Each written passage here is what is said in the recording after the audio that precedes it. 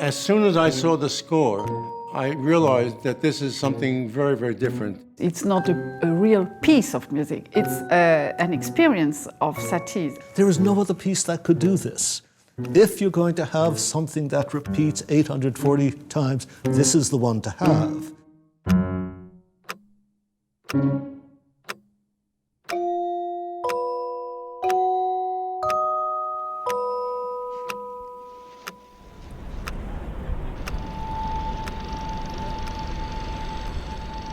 The Salon de Rose-Croix was an exhibition held in Paris that showcased very mystical symbolist art that was against materialism. So it celebrated the imagination, myth, religious themes, and so forth.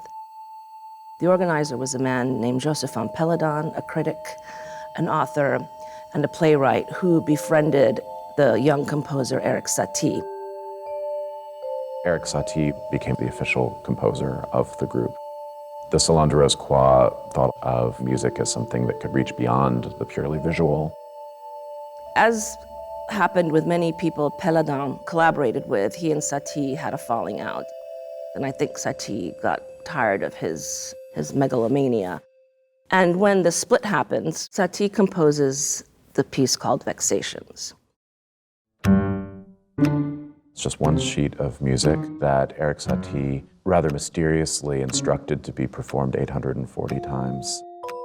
Satie gives a note from the author, Note de l'auteur, that says, to play this piece 840 times continuously, it would be good for one to prepare oneself, preferably in the greatest silence, for some serious moments of stillness. What do you make of that? Well, I mean, there I do feel that the humor comes through.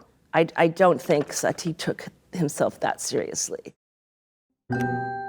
After writing it, it went into the archive, and it was not until 1948 when the composer John Cage, who was a deep admirer of Satie, went to Paris and was going through the archives and discovered this piece. And even someone as forward-thinking as Cage was not totally sure what to do with it.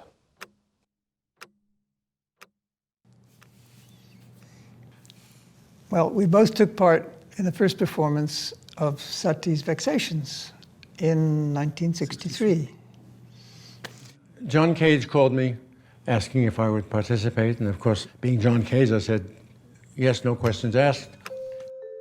My roommate at the time was John Cale, who was a member of the Velvet Underground, who said they're doing this weird piece.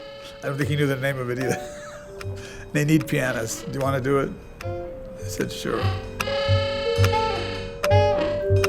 I'm trying to remember where it was, if it's still there. It was a seedy little place. I think it was in the Lower East Side. One of the interpretations that Cage made was to create a relay structure where a series of different pianists would play for 20 minutes at a time and switch out throughout the course of the evening and following day. Certainly it's a John Cage-like idea to do this. He likes to fool around with time, silence, and repetition. He did that a lot. The performers got, very tired and tried to take naps. The performance ended up lasting over 18 hours. And at the end, yes. Somebody shouted encore.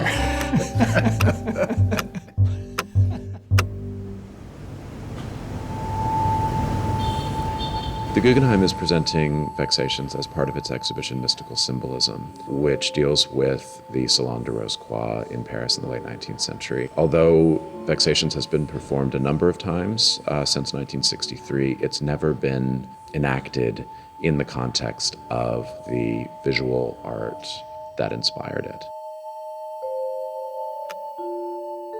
Although Vexations is a very simple piece of music, something happens during this extended repetition that can become transportative.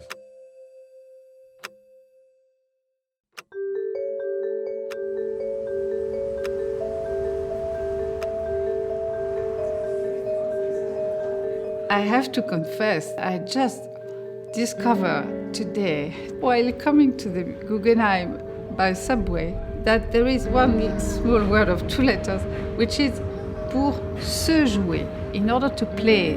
But it's a se jouer, which is mean for yourself. Maybe that was just a piece of music that he wrote for himself, and you don't want this to be published. Suddenly I thought maybe we are committing a betrayal. We are very much against what he would have liked. So I had a sort of moral interrogation in the subway. Tonight's Guggenheim presentation of Vexations is Satie seen through the lens of Cage and underscores one of the Salon de la Rose-Croix's modern 20th century legacies. We are very, very fortunate tonight to have 20 accomplished performers participating in this evening's Vexations, including 4 of the original pianists from 1963. With that, I thank you all for coming. The music will start promptly at 7, and enjoy. Thank you.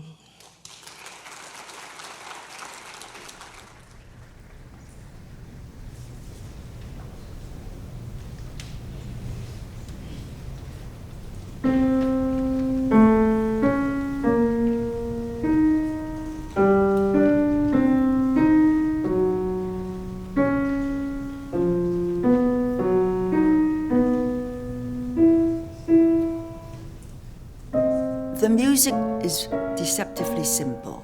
It has a steady beat, it's short, it's not in a particular key.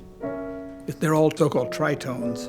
It doesn't go anywhere. It's just very vague notes that have no direction to them. Which means that it is constantly at sea and swimming. And that, of course, contributes to what makes it unpredictable, but also makes it possible for it to keep going, because it never resolves.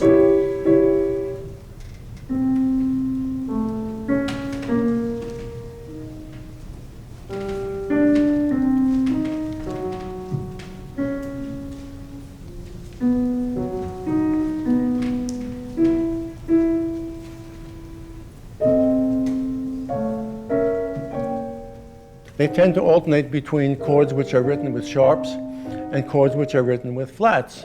Some of the notes will be double flats. Well, that starts me saying, wait a minute, look at all that. So you're looking at double sharps, double flats, and it's continually changing from chord to chord with sharp and flat.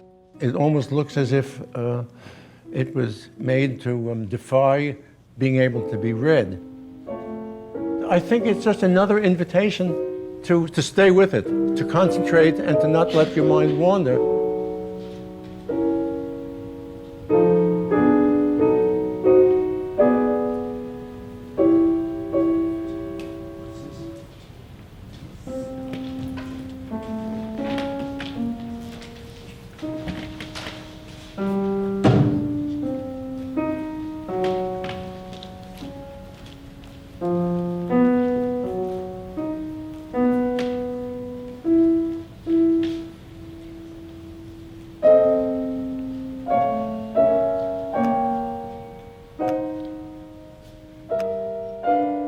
We have been asked to play at exactly the same tempo, all of us. And that means we cannot try to be inspired, and freedom is forbidden in a way. It makes me think of a hamster in a wheel.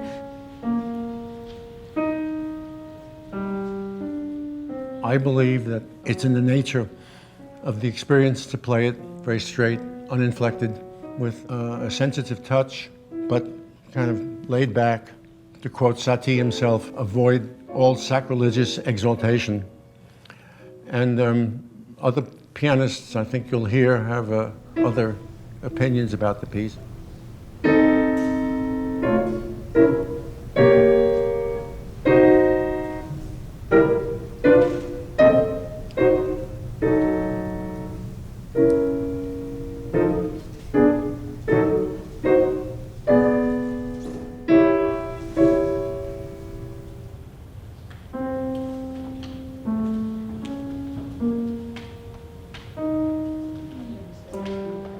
We don't know actually one of the mystery of this piece is it boring, humoristic?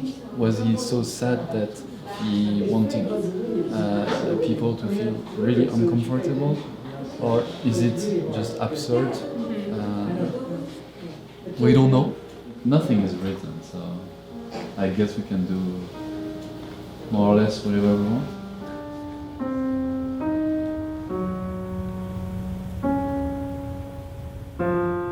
There's no such thing as complete repetition.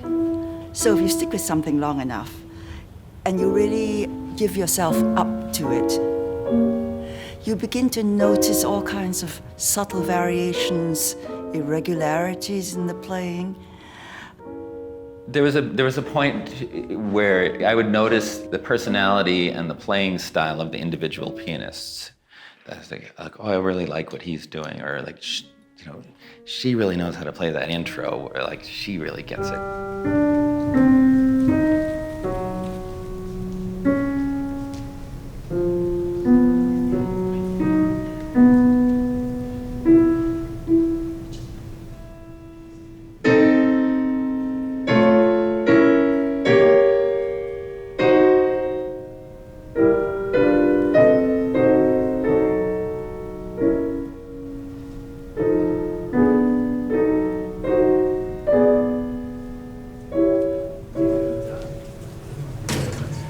I question a little bit the staccato.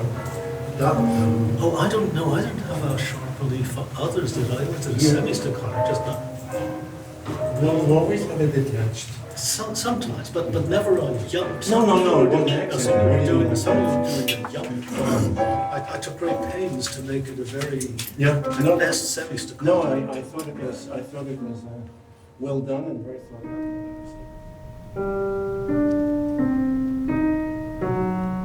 Repetition, especially of that kind, obviously does something to your head.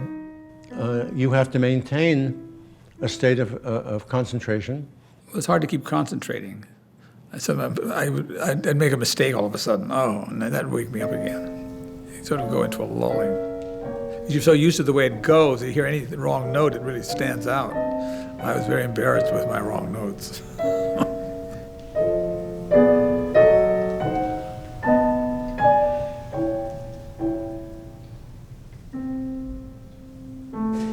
If you're going to stay with it over and over and over and over and over again, obviously no change is the most conducive state for that kind of concentration.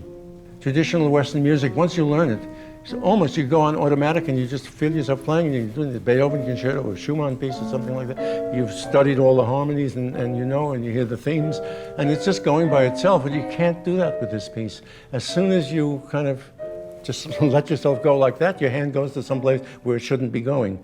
So there's a sense of deep concentration that I think is maybe the underlying meaning of the piece.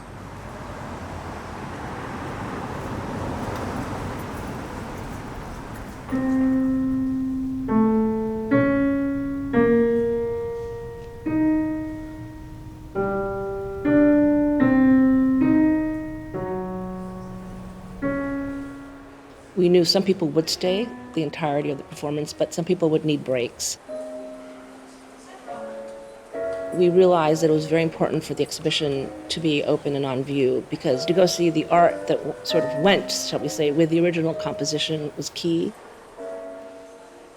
We also kept our cafe open so people could eat and have drinks, because again, you need a little sustenance over such a long period of time. There was a fluidity that went really, really well with the performance itself.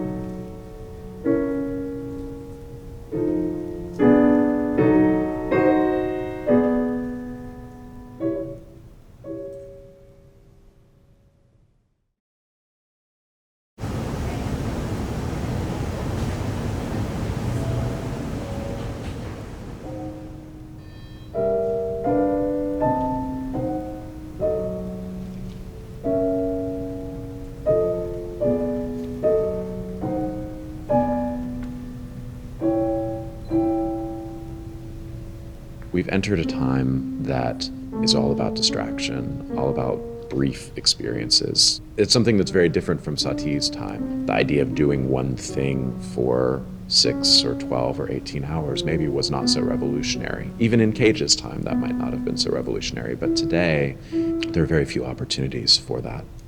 This kind of event gives you faith, and I think also makes you feel. It's not, you don't have to go to church for it. Music can do that, and I think that is incredible.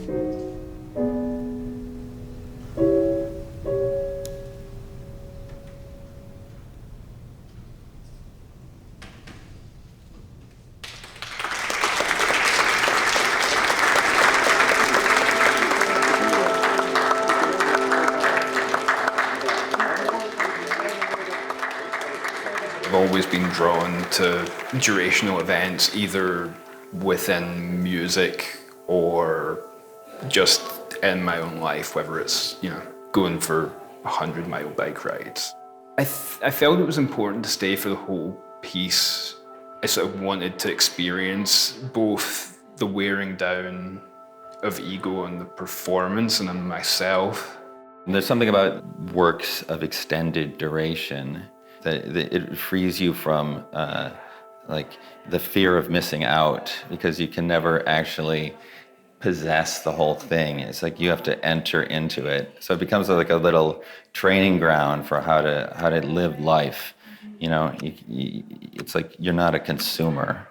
Like this is your life happening right now.